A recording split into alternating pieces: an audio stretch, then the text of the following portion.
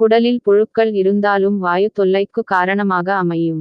மாத்திரைகள், குறிப்பாக பேதி மாத்திரை, ஆஸ்துமா மாத்திரை போன்ற மாத்திரைகளை அளவுக்கு அதிகமாக எடுத்துக் கொண்டாலும் வாயு தொல்லை அதிகரிக்கும். சாப்பிடும் பொழுது உணவுகளை நன்றாக மென்று சாப்பிட வேண்டும். நன்றாக மென்று சாப்பிடும் பொழுது உணவு இலகுவாக ஜீரணமாகிறது. உணவு சமிபாட்டு பிரச்சனையும் வாயு தொல்லைக்கு முக்கிய காரணம். இரவு உணவை சாப்பிட்ட உடன் தூங்க செல்வத்தை தவிர்க்க வேண்டும். இது சமிபாட்டு பிரச்சனையை உருவாக்கும். உறங்க செல்வதற்கு 2 மணி நேரத்திற்கு முன்னதாகவே இரவு உணவை சாப்பிடுவது சிறந்தது. உடலில் தண்ணீரின் அளவு குறையும் பொழுது பல பிரச்சனைகள் வருகின்றன. அதில் ஒன்று தான் வாயு தொல்லை. தினமும் சரியான அளவு தண்ணீரை எடுத்துக் கொள்ளுங்கள். வாயு பிரச்சனையை தரும் உணவுகளை அன்றாட உணவுகளில் குறைத்துக் கொள்வது சிறந்தது.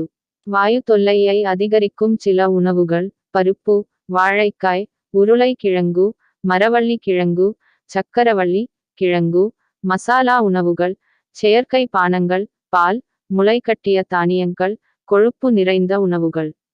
முக்கியமாக அதிக கார்போஹைட்ரேட் உள்ள உணவுகள் வாயு தொல்லைக்கு காரணமாக அமைகின்றது.